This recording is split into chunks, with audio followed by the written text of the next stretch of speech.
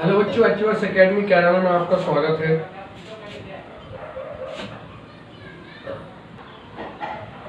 बच्चों, आज जो आपकी हो रही है 12th क्लास की फिजिक्स की क्लास आपकी रनिंग में है और लेक्चर नंबर 26 मैं स्टडी करा रहा हूँ। ठीक है, जो लास्ट वीडियो मैंने डाली थी उसमें आपने कैपेसिटर के बारे में पढ़ा कि कैपेसिटर के कॉम्बिनेशन कैसे करते हैं। सीरीज और पैरेलल कॉम्बिनेशन में उनके करा चुका। ठीक है, आज हम जो है थोड़ा सा उससे ज़्यादा स्टडी करें, उससे आगे स्टडी करेंगे। ठीक है, तो इसमें जो सबसे पहली हेडिंग है आपकी, पहला जो वर्क है आपका वो है आवेशित चालक या संधारित्र की स्थिति ऊर्जा। कल की मैं शायद आपके लिए क्लास नहीं डाल पाया, कल कुछ दिन से मुझे फीवर आ रहा है, इस वजह से आपके पास क्लास नहीं आ पा रही। ठीक है, तो आज लेकिन हम क्लास कंटिन्यू कर रहे हैं संडे में। तो आवेशित चालक या संधारित्र की स्थिति ऊर्जा आप इसमें स्टडी करने वाले हैं। तो जो एग्जाम में आपको क्वेश्चन निकलता है, वेरी इंपॉर्टेंट क्वेश्चन एग्जाम से लिहाज से मैं इंपॉर्टेंट लिख भी देता हूँ, क्योंकि काफी बार ये आपका एग्जाम में आ चुका, तो बड़ी अच्छी तरीके से आप इसे स्टडी करेंगे। ठीक है, तो क्वेश्चन आपका निकल के आता है कि आवेशित संधारित्र की स्थिति ऊर्जा के लिए व्यंजक प्राप्त कीजिए। तो मैंने यहाँ चालक भी डाले, अगर चालक के लिए आता है तो आप चालक के लिए भी यही डेरिवेशन सेम वहां से कर दे, कोई प्रॉब्लम नहीं है। और अगर संधारित्र के लिए आता है तो आप संधारित्र के लिए भी सेम डेरिवेशन फॉलो करेंगे। ठीक है, पहले इसमें थोड़ा सा स्टडी कर लेते हैं कि होता क्या है कि आवेशित चालक में स्थिति ऊर्जा संचित कैसे होती है। तो मैं आपको बता दूं कि जब किसी चालक में आप धीरे धीरे उस चालक को, कोई अनावेशित चालक है, चालक को क्या करते हैं कि धीरे धीरे आवेशित करते हैं। तो आवेशित करने के लिए आपका जो चालक होता है उसका प्रारंभ में विभव शून्य होता है। अतः चालक को प्रारंभ में सूक्ष्म आवेश प्रदान करने के लिए हमें केवल सूक्ष्म कार्य करना पड़ता है। भाई जब आप उसे सूक्ष्म आवेश दे रहे हैं स्टार्टिंग में, जब उसका विभव शून्य है तो आपको सूक्ष्म कार्य करना पड़ेगा। लेकिन जैसे जैसे आप उसका आवेश बढ़ा रहे हैं, अब आवेश तो उसके पास आ चुका पहले से, अब आप उसमें और आवेश डाल रहे हैं, तो पहले वाला आवेश क्या करेगा, उसे प्रतिकर्षित करेगा। तो उस प्रतिकर्षण जो ये बल लग रहा है उसके विरुद्ध आपको आवेश डालने के लिए क्या करना पड़ेगा, कुछ कार्य करना पड़ेगा, और वो कार्य ही उस चालक के अंदर स्थितिज ऊर्जा के रूप में संचित हो जाता है, जिसका डेरिवेशन हम यहाँ करेंगे, जिससे हम यहाँ से डेरिवेशन के द्वारा समझेंगे। तो अगर एक लाइन में मैं आपको डिफाइन करूं कि किसी आवेशित चालक की वैद्युत स्थितिज ऊर्जा उसे आवेशित करने में बाह्य स्रोत द्वारा किए गए कार्य के बराबर होती है। दोबारा समझ लेंगे, किसी आवेशित चालक या आवेशित संधारित्र की स्थितिज ऊर्जा उसे आवेशित करने में बाह्य स्रोत द्वारा दी गई ऊर्जा के किए गए कार्य के बराबर होता है। ठीक है, बात समझ में आ गई। तो जो आप बाह्य स्रोत द्वारा जो कार्य कर रहे हैं उसके बराबर होगी आपकी किसी संधारित्र या चालक की स्थितिज ऊर्जा। ठीक है बच्चा, तो अब आपको अगर मैं बात करूं कि वैद्युत विभव का जो सूत्र होता है वो क्या होता है, आपका वैद्युत विभव बराबर आपका होता है V बराबर Q/C। तो वैद्युत विभव V बराबर आपका होता है Q/C। अगर मैं कह रहा हूं कि मान लिया हमें dq अति सूक्ष्म जो आवेशित है वो आपका कितना हुआ है, dq है, जो आपका चालक का अति सूक्ष्म आवेश dq दे रहे हैं, तो बाह्य स्रोत द्वारा dq आवेश देने में, dq आवेश देने में सूक्ष्म कार्य किया गया कार्य लिख लो आप, किया गया कार्य बच्चा कितना हो जाएगा, dw बराबर v इंटू dq। आपने पढ़ा होगा v इंटू dq। बात समझ में आ गई कि v की मल्टीप्लाई क्यों में करते हैं, w बराबर v क्यू आपने पढ़ भी रखा वोल्ट तक की डेफिनेशन से, क्योंकि v बराबर होता है आपका w/q। v की डेफिनेशन ही वही से निकल कर आती है। ठीक है, तो dw बराबर क्या हो गया आपका, v इंटू dq निकल कर आ गया आपका। ये तो आपका हो गया सूक्ष्म के लिए। अगर हमें करना है पूरे मतलब q आवेश देने के लिए, जैसे लिख दो कि q आवेश के लिए देने में या q आवेश देने में किया कार्य, तो क्या करेंगे बच्चा, इसका समाकलन कर देंगे, या w बराबर dw ऐसे आप लिख लो, और बराबर dw का मान v इंटू dq। बात समझ में आ रही होगी। ठीक है बच्चा, क्लियर है। चलो इससे आगे चलते हैं। ठीक है, और जो लिमिट रहेगी वो कहां से कहां तक, 0 से q तक, क्योंकि आपने जो देना शुरू करा आवेश को 0 से स्टार्टिंग करे और q आवेश तक आप इसे ले गए, तो ये हो जाएगा 0 से q v dq। ठीक है, आपको पता है चूंकि v बराबर होता है आपका V बराबर Q अपॉन C। V बराबर क्या होता है आपका Q अपॉन C, ये आपने पढ़ा, ठीक है, पढ़ा होगा बिल्कुल। तो ये हो गया आपका V बराबर Q अपॉन C, इसलिए W बराबर आपका हो जाएगा 0 से Q upon C into D Q. W बराबर, अब Q अपॉन C में Q का समाकलन आप करेंगे क्योंकि 1 अपॉन C तो कांस्टेंट है, इसे मैं एक लाइन और बढ़ा देता हूँ Q डी क्यू। इससे आगे चलेंगे अब हम इसमें,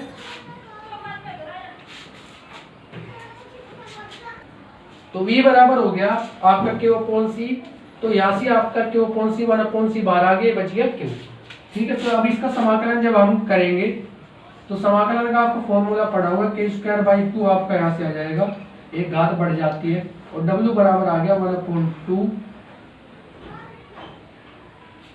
Q स्क्वायर आएगा ना, खाली Q स्क्वायर अपॉन 2, तो ये आ गया आपका Q स्क्वायर अपॉन C। तो W बराबर 1 upon 2 Q square upon C आपका फॉर्मूला निकल के आ गया, ठीक है। और आपको बताया गया था कि चूंकि जो W होता है वो किसके बराबर होगा, U के, इसलिए U बराबर हो जाएगा 1/2 Q स्क्वायर अपॉन C। बच्चों और फॉर्मूले यहाँ से निकल के आने वाले हैं, जैसे Q बराबर होता है आपका CV, तो इसलिए आपका U बराबर हो जाएगा 1 upon 2 C square V square upon C, C से C गया, तो U बराबर 1 अपॉन 2 CV स्क्वायर। बच्चों काफी बार एग्जाम में ये वाला डेरिवेशन आपसे पूछा गया, तो अगर ये वाला यहाँ तक पूछेगा तो आप ऐसे कर देंगे इसे, ठीक है। तो U बराबर हो गया हाफ CV स्क्वायर, क्लियर। आगे भी चेंज कर सकते हैं कि अगर, चूंकि आपको पता है कि V बराबर होता है आपका Q अपॉन C, अगर C में कन्वर्ट करना है, सिर्फ ओनली C में कन्वर्ट करना है, ठीक है, तो C बराबर हो जाएगा आपका Q अपॉन V। तो ये फॉर्मूले बच्चे आपके न्यूमेरिकल में भी यूज होने वाले हैं।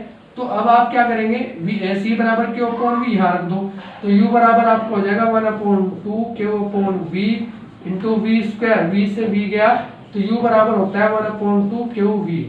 तो ये फॉर्मूले आपको याद होने चाहिए, क्या होना चाहिए, ठीक है। यहाँ तक का ये आपका डेरिवेशन है, क्लियर है बच्चों, समझ में आ गया होगा। तो ये आपको ऐसे करना है। तो अब इसके बाद हम स्टडी करते हैं, इसमें आगे चलते हैं और आगे हम इसमें स्टडी करेंगे, नेक्स्ट देख लेंगे।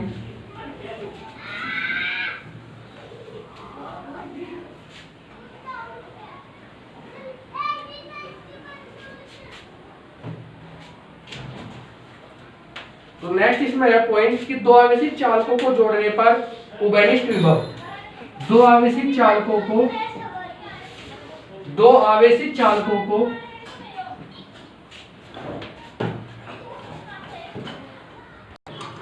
आवेशित चालकों को जोड़ने पर उभयनिष्ठ विभव, आवेशों का पुनर्वितरण तथा ऊर्जा ह्रास आप पढ़ रहे हैं कि मान लिया दो आवेश आपके पास हैं ऐसे, और इन्हें आप जोड़ोगे,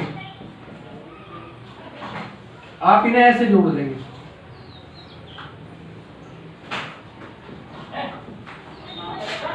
इन्हें क्या करेंगे, जोड़ लेंगे आपस में।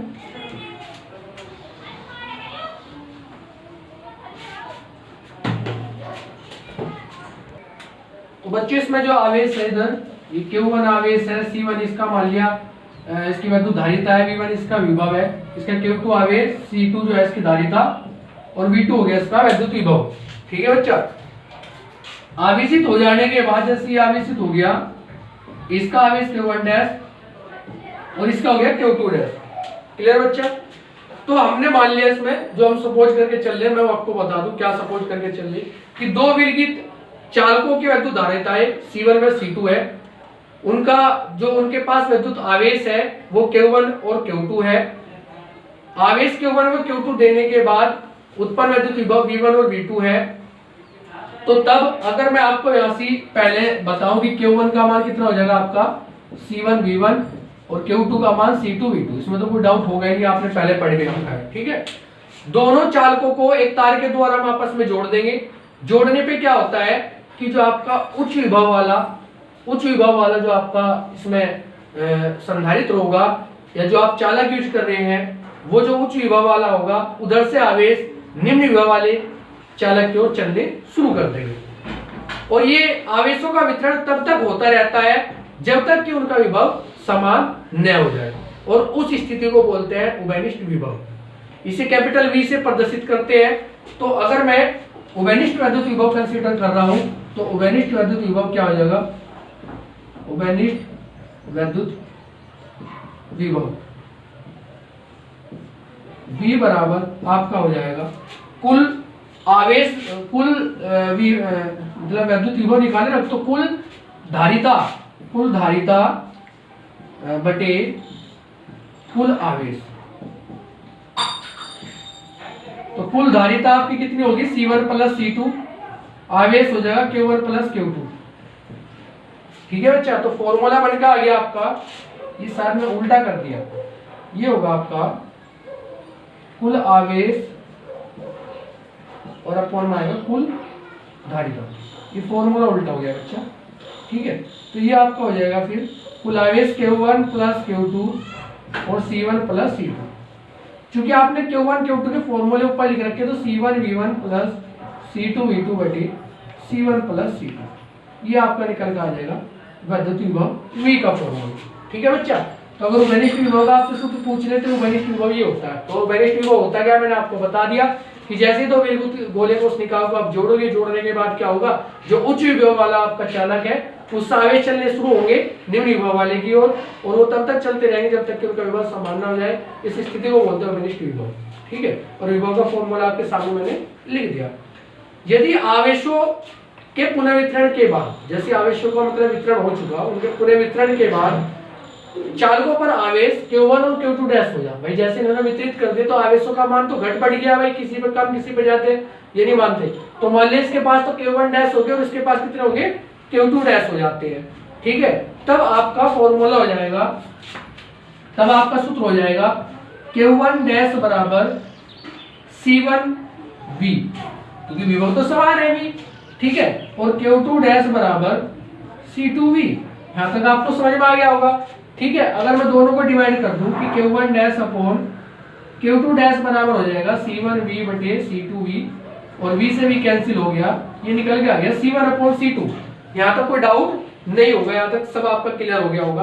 तो अतः दो आवेशों, मतलब इस यहाँ से क्या हम समझा सकते हैं कि दो आवेशित चालकों को परस्पर जोड़ने पर, जो दो आवेशित चालक है उन्हें अगर आप परस्पर जोड़ दे तो उनके बीच आवेशों का पुनर्वितरण उनकी वैद्युत धारिताओं के अनुपात में होता है।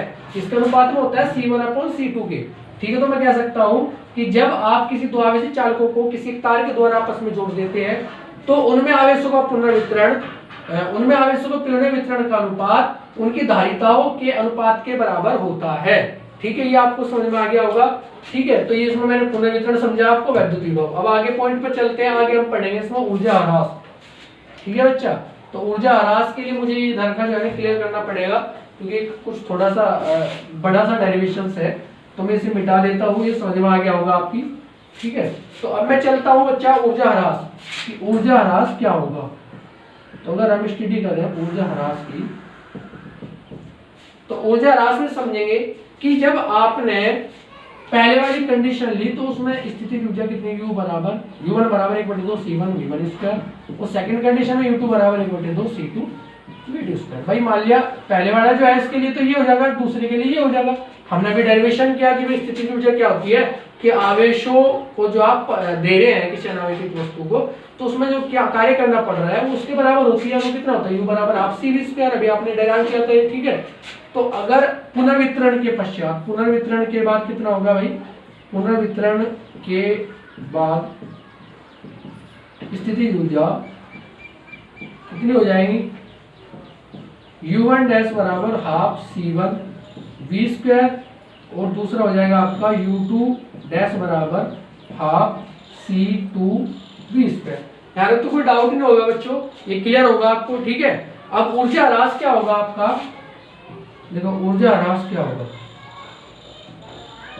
ऊर्जा ह्रास को अगर मैं एक लाइन में डिफाइन करूं तो क्या होगा कि चालकों को जोड़ने से पहले की वैद्युत स्थितिज ऊर्जा माइनस चालकों को जोड़ने के बाद वैद्युत स्थिति है। तो आप नेक्स्ट लाइन में क्या लिखेंगे कि चालकों को परस्पर जोड़ने पर ऊर्जा ह्रास, चालकों को परस्पर जोड़ने पर ऊर्जा ह्रास बराबर हो जाएगा आपका चालकों को जोड़ने से पहले की स्थितिज ऊर्जा माइनस चालकों को जोड़ने के बाद वैद्युत स्थितिज ऊर्जा। तो डेल्टा U बराबर, मैं तो डायरेक्ट लिखूंगा यहाँ से, डेल्टा U बराबर क्या हो जाएगा आपका U1 प्लस U2। भाई पहले तो इतनी स्थितिज ऊर्जा रहेगी और माइनस हो जाएगा U1 dash plus U2 dash.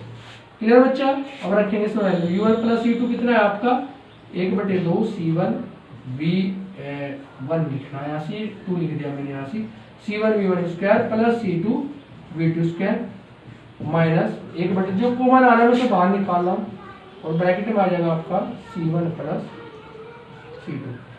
ठीक है बच्चा, ये तो समझ में आ गया होगा, क्लियर हो गया होगा आपको। ठीक है, तो ये आ गया आपका 1/2 सारों में कॉमन है तो सारे इसे पूरे से बाहर निकाल दो तो हो जाएगा आपका C1 V1 square plus C2 V2 square minus V2 बाहर अंदर C1 प्लस C2। यहाँ तक तो कोई डाउट नहीं होगा आप लोगों को। ठीक है, इसके बाद आगे चलते हैं सर बच्चा कि आगे करना क्या है कि अब इसमें V का मान रख देंगे, V का मान रख देंगे और V का मान कितना है। अब V का मान आपने ऊपर निकाला तो वेरिएबल वर्ब ये से लिख दो, क्योंकि V बराबर आपका होता है C1 V1 plus C2 V2 upon में V1 प्लस V2। तो V का मान रखने पर V का मान रखो बच्चा तो ये हो जाएगा आपका डेल्टा U बराबर 1/2 C1 V1 square plus C2 V2 square minus V2 नहीं है यहाँ से, V2 कहाँ से आ गया, V होगा आपका। ठीक है, तो V का मान यहाँ रखेंगे तो ये होगा आपका C1 V1 plus C2 V2 और मल्टीप्लाई में आ गया C1 प्लस C2 और अपॉन में क्या बच गया V1 प्लस V2। ठीक है, अब हम इसे सोल्व करेंगे और सोल्व करके इसे जो है ना आगे लेके बढ़ेंगे। स्क्वायर और था यहाँ से, किसका स्क्वायर था यहाँ से, ये V स्क्वायर था आपका, ये बिल्कुल इधर ना एक गलत था आपका, V स्क्वायर था तो ये यहाँ से आपका होल स्क्वायर हो गया और ये भी आपका होल स्क्वायर हो गया। तो कुछ और इसमें कुछ ये फॉर्मूला बच्चे जो था ये V1 प्लस V2 नहीं था, C1 प्लस C2 था। तो ये आप जो है C1 प्लस C2 का होल स्क्वायर लेंगे यहाँ से, इससे जो है कट जाएगा पूरा का पूरा और ऊपर इसे खोल देंगे 1/2। देखो मैं थोड़ा सा डायरेक्ट करूँगा C1 V1 स्क्वायर, इसका ध्यान रखिए बच्चा कभी गड़बड़ हो जाए तो फिर ये आपसे हो नहीं पाना। अच्छा माइनस, अच्छा नीचे ये भी है आपका C1 प्लस C2 भी बच गया ना आपका, ठीक है, होल स्क्वायर है कट जाएगा आपका, ये C1 प्लस C2 बच गया आपका। ठीक है, तो इसे ऊपर लिखेंगे ऐसे, यहाँ से ये एल्सियम लेना है ना, C1 प्लस C2 यहाँ आ गया आपका और माइनस बच गया C1 V1 plus C2 V2 का होल स्क्वायर। यहाँ तक तो किसी को डाउट नहीं होना चाहिए। ठीक है, अपॉन में C1 प्लस अपॉन में तो कुछ है अच्छा C1 प्लस C2 है। ठीक है भाई, तो इसे सोल्व करेंगे हम 1/2, इसे खोल लो आप, इसको मल्टीप्लाई करो C1 square V1 square plus C1 C2 V2 square. अब C2 भी करेंगे इससे पूरे में plus C2 C1 V1 square plus C2 square V2 square minus आगे रह गया आपका C1 V1 स्क्वायर, इसका होल स्क्वायर खोल रहा हूँ मैं, minus C2 square V2 square minus 2C1 C2 V1 V2। ठीक है, और अपॉन में कितना C1 प्लस C2। अब इसे जो है काट लेंगे, जो जिससे कटता होगा वो कट रहा C2 V2 स्क्वायर कट रहा हूँ, C2 V2 स्क्वायर ये कट गया आपका। आगे देखो C1 V1 स्क्वायर से ये कट गया आपका। ठीक है, C1 C2 V2 square C1 C2 ये तो बच गया आपका सारा का सारा। ठीक है, ये आपको यहाँ तक का कोई डाउट नहीं होना चाहिए। तो अब जो बच गया उसे देख लो आप, आपको नजर आ रहा होगा देखो C1 C2 यहाँ भी है, C1 C2 यहाँ भी है और C1 C2 यहाँ भी है। तो C1 C2 तो आप बाहर निकाल लें, C1 C2 बाहर निकल गया, अंदर बच गया आपका V1 square plus V2 square और minus 2V1 V2 upon C1 plus C2। ठीक है बच्चा, अब इससे आगे चलते हैं 1/2। अभी जो होल स्क्वायर बन रहा है ये V1 माइनस V2 का होल स्क्वायर बन रहा, तो सूत्र आपका आ चुका है C1 C2 upon C1 plus C2 और ये आ गया आपका V1 माइनस V2 का होल स्क्वायर। ठीक है बच्चा, और ये आ गया डेल्टा U का फॉर्मूला, ये आपका ऊर्जा ह्रास का सूत्र निकल के आ चुका। ठीक है, सूत्र को ज़्यादा लंबा मत सोचे, थोड़ी सी मैथमेटिक्स कैलकुलेशन है जो आपको कराई जा चुकी, पहले फॉर्मूले दिखाए जा चुके। जिसने नहीं स्टडी को बेसिक मैथ स्टडी कर सकता है उसमें सब कुछ ये बता रखा है आपको। ठीक है, तो एक बार और देख लेंगे डेरिवेशन में क्या किया। सबसे पहले स्टार्टिंग से लेके चलेंगे, 2 आवेश 4 के आपस में जोड़ दिया, इसके पास आवेश K1, इसकी धारिता C1, वैद्युत विभव V1 है, इसका आवेश Q2, वैद्युत धारिता C2 है, वैद्युत विभव V2 है। जैसे आप जोड़ देंगे तो आवेश कितना होगा, Q1 डैश और Q2 हो जाएगा। ठीक है, जब आप स्टार्टिंग की कंडीशन लेते हैं तो वहां से आपका Q1 बराबर C1 V1, Q2 बराबर C2 V2। ठीक है, उसके बाद आप इसमें जो है ना आपने जैसे ही आपने इसे जोड़ा, जोड़ने के बाद क्या होगा, इसमें जो उच्च ऊर्जा वाला, जो उच्च विभव वाला आपका धारिता है या आपका चालक है, उससे निम्न वैद्युत विभव वाले चालक की ओर आवेशों का वितरण शुरू हो जाएगा, और तब तक होता रहेगा जब तक कि इनका विभव समान न हो जाए। और इस स्थिति को बोलते हैं उभयनिष्ठ विभव। और उभयनिष्ठ विभव का सूत्र था आपका कि दोनों का जो आपका आवेश है, कुल आवेश अपॉन कुल वैद्युत धारिता, आवेश का सूत्र रखा, ये फॉर्मूला निकल गया तो C1V1 + C2V2 = C1 + C2। ठीक है, पुनर्वितरण में जब हमने किया था कि Q1 डैश निकाला C1V और Q2 डैश बराबर C2V, फिर हमने क्या करा, दोनों का अनुपात निकाला तो Q1 dash upon Q2 dash बराबर आपका आ गया था C1/C2। तो फिर मैंने वहां बताया था कि पुनः आवेश वितरण के अनुपात को, अनुपात जो है किसके बराबर होता है, विद्युत धारिता के अनुपात के बराबर होता है। उसके बाद हम स्थिति करेंगे ऊर्जा ह्रास। ऊर्जा ह्रास को बस एक लाइन में समझेंगे कि ऊर्जा ह्रास होता क्या है, कि जो आपका जोड़ने से पहले का स्थितिज ऊर्जा माइनस जोड़ने के बाद की स्थितिज ऊर्जा, तो पहली ऊर्जा में से बाद की ऊर्जा घटा देंगे, ये मैंने यहाँ घटाने का वर्क कर दिया। उसके बाद V का मान रख दिया, V का मान रखने के बाद C1 + C2 से नीचे कट गया, लघुत्तम लिया तो लघुत्तम आ गया C1 + C2, एलसीएम निकल के आ गया। इसकी मल्टीप्लिकेशन इसमें हो गई, ये मैंने दिखा रखा है ऐसे, इसका होल स्क्वायर हो गया। इसे खोला तो C1V1² + C2V2², और इसकी मतलब C1 की मल्टीप्लाई करी इसमें भी और इसमें भी, फिर C2 की मल्टीप्लाई करी इसमें भी और इसमें भी। उसके बाद इसे खोल दिया और माइनस का ध्यान रखना, इसमें हर जगह माइनस आएगा, तो C1V1² + C2V2² और -2C1C2V1V2 अपॉन में कितना आ गया C1 + C2।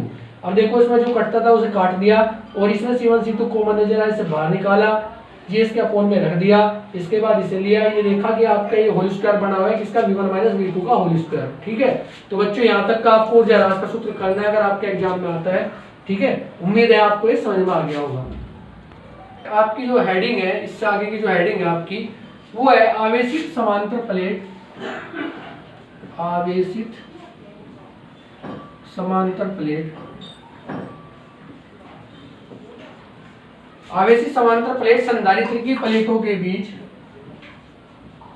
संधारित्र की प्लेटों के बीच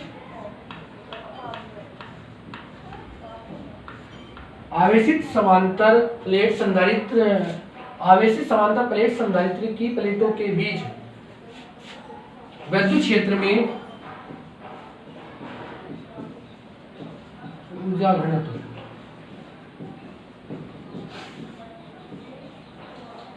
आवेशित समांतर प्लेट संधारित्र की प्लेटों के बीच विद्युत ऊर्जा घनत्व आपको निकालना है।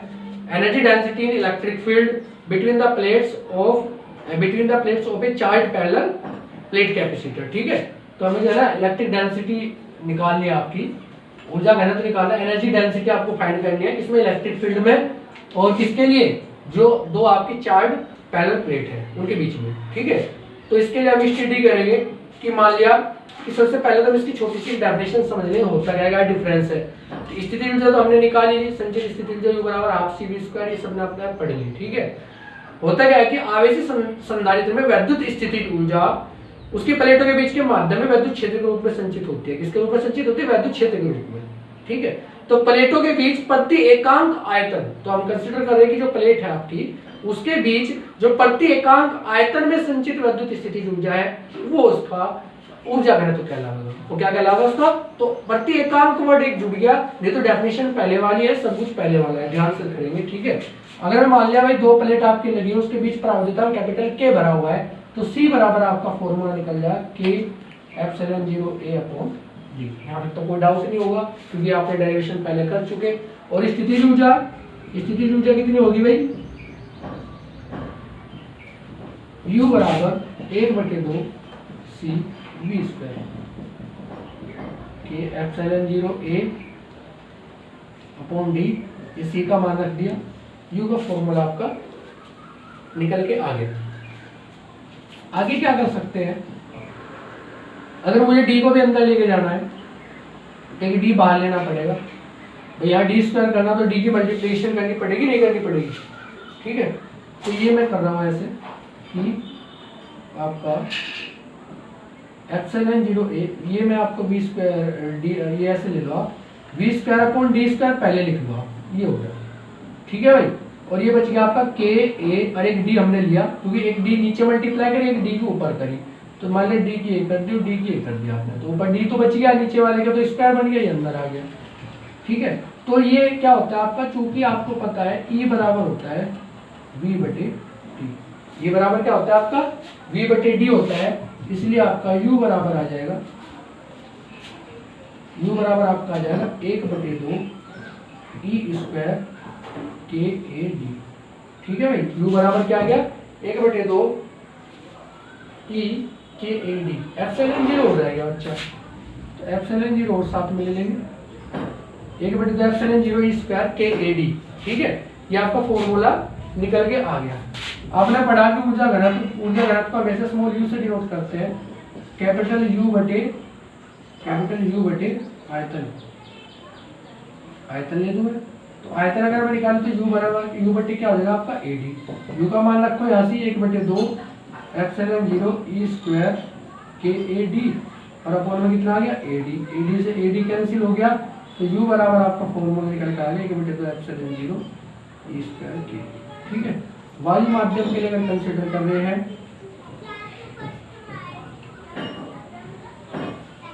तो वायु माध्यम के लिए या निर्वात के लिए तो k बराबर 1 रख देंगे, u बराबर हो जाएगा 1/2 एप्सिलॉन 0 ई स्क्वायर, ठीक है। ये भी आपका इसी का फॉर्मूला है।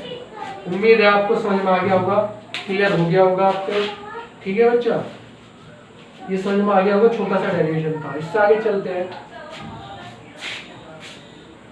इससे आगे मैं थोड़ा सा थ्योरेटिकली से मैं कराने वाला हूँ आपको, क्योंकि चैप्टर अप्रोक्सीमेटली आपका पूरा हो चुका, केवल 2 चीजें इसमें बची हुई है, और इसमें एक आप वान डे ग्राफ भी पढ़ोगे, वान डे ग्राफ जनरेटर, ठीक है। उससे पहले जो हम पढ़ रहे हैं वो पढ़ेंगे आप एप्लीकेशंस ऑफ कैपेसिटर्स, की कैपेसिटर्स का प्रयोग कहाँ होता है।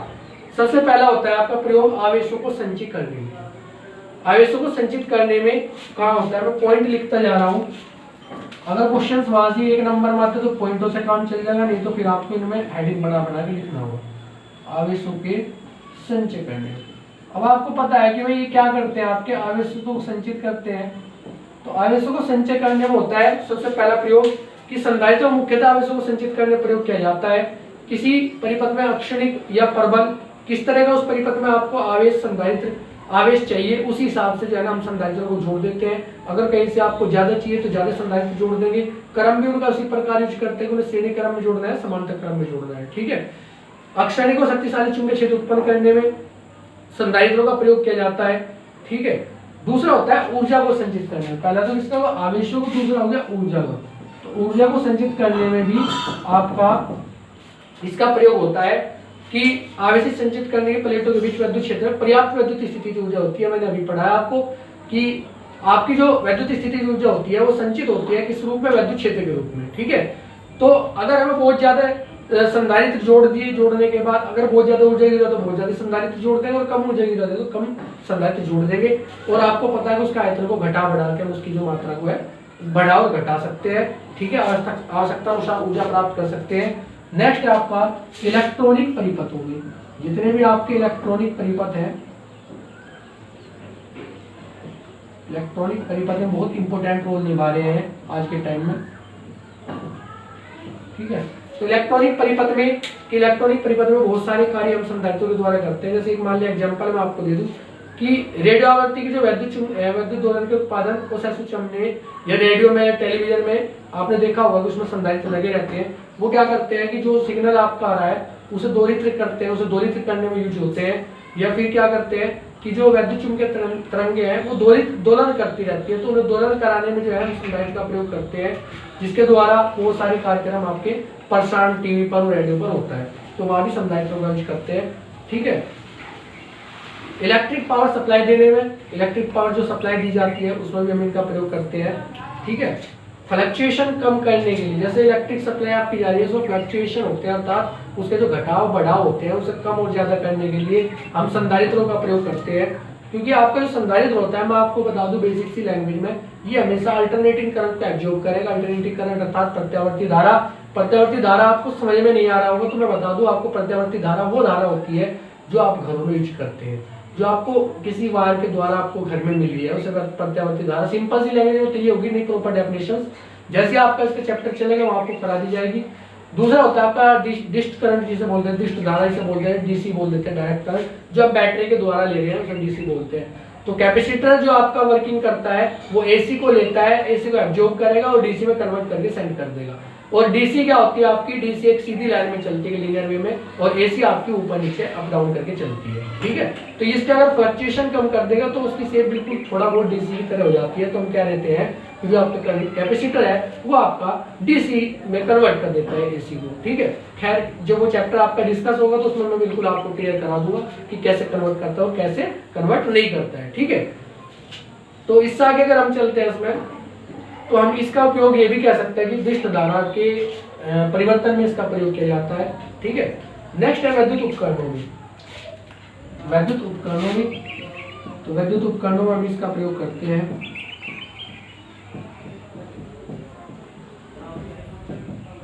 विद्युत उपकरणों में इसका प्रयोग करते हैं, जैसे प्रेरण कुंडली आपकी लगी रहती है, प्रेरण कुंडली पता होगा आपको, इंडक्शन कोयल लगी रहती है, ठीक है। तो वहां इसका प्रयोग होता है। मोटर इंजन के ज्वलन तंत्र, जो मोटर इंजन होता है उसका इग्निशन सिस्टम होता है, वहां से कंडेंसर लगे रहते हैं, ठीक है, कैपेसिटर लगे रहते हैं। बिजली के पंखों में आपने देखा होगा जैसे आप कंडेंसर बोलते हो, कैपेसिटर होता है, और लाते भी है दुकान पे से। मान लिया हमारा जो पंखा है वो कम चल रहा है तो उसे अधिक चलाने के लिए क्या करें भाई, इसका कंडेंसर डैमेज हो गया तो दूसरा कंडेंसर लाना है, तो आप उसमें यूज करते हैं 2 माइक्रोफैराड, 3 माइक्रोफैराड, जितनी माइक्रोफैराड का भी, 25 माइक्रोफैराड, 20 माइक्रोफैराड, ठीक है। तो वहां भी आपका इसका प्रयोग होता है, ठीक है। तो बहुत सारे इसके और भी यूज है बच्चों, ठीक है।